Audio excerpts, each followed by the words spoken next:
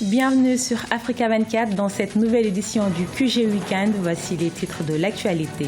En Guinée, rencontre entre le président Alpha Condé et les paysans ce mardi 26 juillet. Le pays ambitionne de devenir un grand producteur, mais également un exportateur agricole. Réduction du nombre des universités publiques au Bénin. Objectif rationaliser et dynamiser le secteur de l'enseignement supérieur et de la recherche scientifique. Et puis flambée des prix du plantain au Cameroun, une situation que les commerçants expliquent par la détérioration des routes en raison de la saison pluvieuse. Consultation périodique avec le monde paysan en Guinée. Le président Alpha Condé a présidé ce mardi 26 juillet la réunion préparatoire de la journée des paysans de la Guinée forestière. La résurgence d'Ebola, maintenant maîtrisée, permettra une reprise normale des activités agricoles. Djarandiaï. La Guinée a pour ambition de devenir un grand pays producteur, mais aussi exportateur agricole. Le président Alpha Condé a en ce sens rencontré ce mardi 26 juillet au palais Sékou Toureya les agriculteurs et les éleveurs pour lever les contraintes qui assaillent le secteur. L'agriculture est un domaine prioritaire pour atteindre l'autosuffisance alimentaire. De ce fait, le chef de l'État a indiqué que malgré les appuis qu'il a apportés aux paysans, tels que l'octroi des entrants agricoles, cet objectif n'est pas encore atteint, d'où la nécessité de revoir cette situation. Vous savez que l'autosuffisance alimentaire, depuis que je suis devenu président, c'est mon objectif. On a fait les journées des paysans à Conakry. Et nous avons fait un pacte. Moi, je vous ai dit que je vais vous donner des engrais et des herbicides dans votre préfecture à moitié prix. Et vous aussi, vous étiez engagé à cultiver le riz pour qu'on n'importe plus de riz. Donc, l'autosuffisance alimentaire ne l'a pas encore atteint et c'est un objectif fondamental. Mais ce n'est pas seulement le riz, c'est aussi le fonio, le maïs, le manioc, la patate douce, le taro, l'igname, etc. Et il est extrêmement important qu'on revoie cette situation. Agriculteurs et éleveurs ont de leur côté évoqué les difficultés du secteur, des difficultés qui se résument au manque d'équipements et d'accès au crédit, qui sont un véritable handicap pour l'épanouissement du secteur de l'agriculture. Les acteurs ont ainsi sollicité la création d'une banque primaire à vocation agricole pour faciliter l'emprunt bancaire. S'il y avait une banque agricole, tous les problèmes que les paysans sont en train de poser, ce serait l'intermédiaire, l'interface entre l'État et ces paysans. Un. Deuxièmement, une assurance agricole. J'aurais pu m'adresser parce que j'aurais pu m'assurer. Mais l'existence de ces domaines, de ces endroits, font que l'accompagnement, c'est-à-dire que l'État encore a des problèmes. L'État a trop à faire pour s'occuper d'un secteur seulement. Qu'est l'agriculture ? L'agriculture guinéenne qui se résume en quelques chiffres. Selon les dernières statistiques agricoles disponibles en Guinée, le secteur contribue à hauteur de 20,2% dans le produit intérieur brut du pays. S'ajoute à cela une population agricole active estimée à 82,31%. En République démocratique du Congo, le Rassemblement, la nouvelle plateforme de l'opposition, a appelé à des manifestations ce dimanche, une mobilisation à travers tout le pays pour exiger la tenue dans les délais constitutionnels de l'élection présidentielle, une manière selon les opposants de montrer au monde que le peuple congolais tient au respect de sa constitution. Cette partie d'opposition ayant quitté la majorité présidentielle participeront à ce rassemblement. Toujours en République démocratique du Congo, la majorité présidentielle s'est également rassemblée ce vendredi à Kinshasa. Plusieurs dizaines de milliers de sympathisants du président Joseph Kabila ont répondu à ce meeting, un soutien au président mais également un appel à la tenue d'un dialogue politique apaisé dans le pays. Reportage de Jacques Amboka, correspondant en République démocratique du Congo. C'est au stade Tata Raphaël de Kinshasa que la famille politique du chef de l'État Joseph Kabila a organisé ce vendredi 29 juillet un grand rassemblement pour manifester son soutien à Joseph Kabila, sensibiliser la population à s'enrôler pour les élections prochaines et aussi réitérer son attachement au dialogue politique national et inclusif que le pays organise sous la facilitation de l'ancien Premier ministre togolais Eden Kodjo. On a voulu montrer à la face nationale et internationale que le peuple congolais aime Kabila. Il a élu en 2011 et Kabila est toujours l'homme le plus populaire, le leader de la RDC.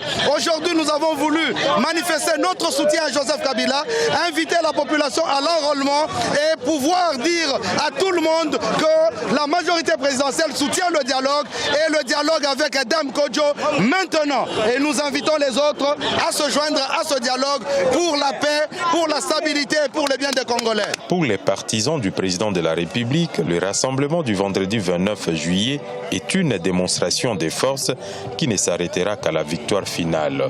Vous-même, vous contemplez que le stade est plein et même les abords, les commentaires viennent d'eux-mêmes. Si vous voyez cette foule ici, vous savez qu'en politique, ce qui compte, c'est les rapports de force.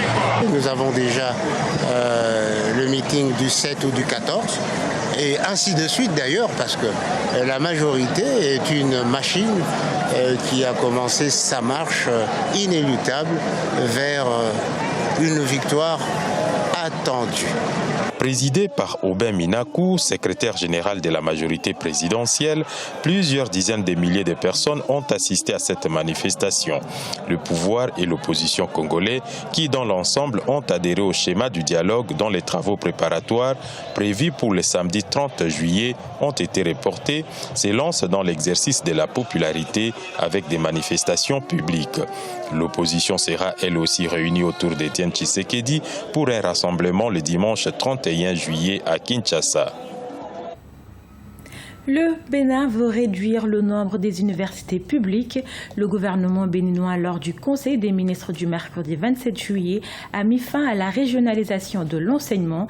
Par cette mesure, les autorités entendent assainir et rationaliser le monde de l'enseignement supérieur et de la recherche scientifique. Reportage Lefty Onou, correspondant au Bénin. Commentaire Birama Saonera.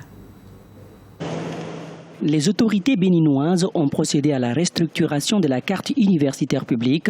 C'est ce qu'a décidé le gouvernement au terme du Conseil des ministres du mercredi 27 juillet 2016. En effet, le gouvernement met fin à la régionalisation de l'enseignement supérieur et supprime plusieurs centres universitaires. Objectif, rationaliser et dynamiser le secteur de l'enseignement supérieur et de la recherche scientifique.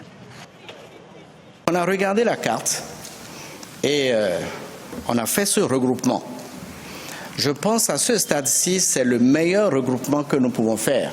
Bien sûr, 4 grandes universités, 2 universités pluridisciplinaires et 2 universités thématiques. Nous avons le temps d'améliorer les conditions de travail des étudiants et des enseignants. Plus tard, on verra comment la carte évoluera.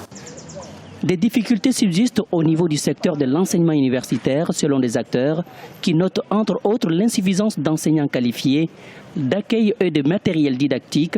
Le resserrement de la carte universitaire du pays par le gouvernement se justifie par le fait que la dispersion des centres universitaires a un coût majeur pour le développement.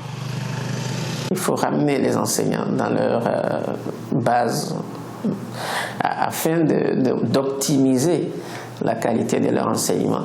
Et je reste convaincu que si le projet était conduit à terme, au moins cet objectif serait atteint.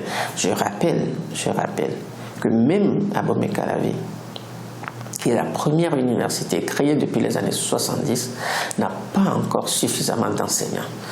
Il ne tient qu'à cela que de voir les différentes grèves à la flash où les étudiants se plaignent d'être à 45 000 en effectif pour à peine 2 000, 3 000 enseignants. Les 7 universités publiques et 22 centres universitaires dont dispose actuellement le Bénin seront réorganisés et regroupés autour des 4 grandes nouvelles universités. Cette nouvelle carte universitaire sera mise en vigueur à la rentrée académique 2016-2017. Flambée des prix du plantain sur les marchés camerounais, une hausse justifiée selon les commerçants. En effet, la détérioration des routes durant la saison pluvieuse rendrait difficile l'acheminement de cette denrée très prisée au Cameroun. Chérif Ousmane Bardonka, correspondant au Cameroun, reportage. Depuis quelques semaines, les prix de bananes plantain ont quasiment doublé dans les marchés de Yaoundé et de Douala au Cameroun. Au marché du Foundi à Yaoundé, la ménagère trouvera difficilement des régimes à 2500 francs CFA. Pareil au marché Sandaga de Douala, où les prix du régime de plantain varient entre 2500 et 13 000 francs CFA. Une situation qui n'est pas sans conséquence sur la bourse des clients. Je dois avouer que depuis que les pluies ont commencé, les tours que j'ai fait au marché, je constate que vraiment le prix du plantain a quasiment doublé. Je vais prendre un exemple, les plantains que j'achetais en saison sèche à 3500, aujourd'hui on me les taxe à presque 8000 francs.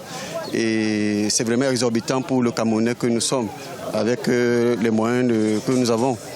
Les commerçants expliquent cette flambée des prix par le mauvais état des routes en saison pluvieuse et les multiples tracasseries auxquelles ils font face pendant l'acheminement des produits des zones de plantation vers la ville. Le transport étant cher, ils sont amenés à doubler les prix pour avoir plus de bénéfices. En outre, certains vendeurs préfèrent écouler leurs produits dans les pays voisins à cause du gain élevé. Lorsque nous achetons cher, pour transporter ça jusqu'à amener au marché, c'est très difficile. Il faut payer le transport, il faut payer le chargement, payer le déchargement. Tout cela nous revient à beaucoup. Cela nous revient à beaucoup de dépenses. Et pour que nous puissions nous en sortir, à partir de ces dépenses, il nous faut vendre aussi cher pour pouvoir aussi avoir un peu de bénéfices. La banane plantain est l'une des denrées les plus prisées au Cameroun. Plusieurs ménages habitués à la consommer ont dû changer les garnitures de leurs différents plats. Les vendeurs, quant à eux, appellent le gouvernement à désengorger les bassins de production de plantain, ce qui pourrait avoir une incidence sur le prix de cette marchandise. C'était le journal de la rédaction. Merci de votre fidélité. Restez sur Africa 24, l'information continue.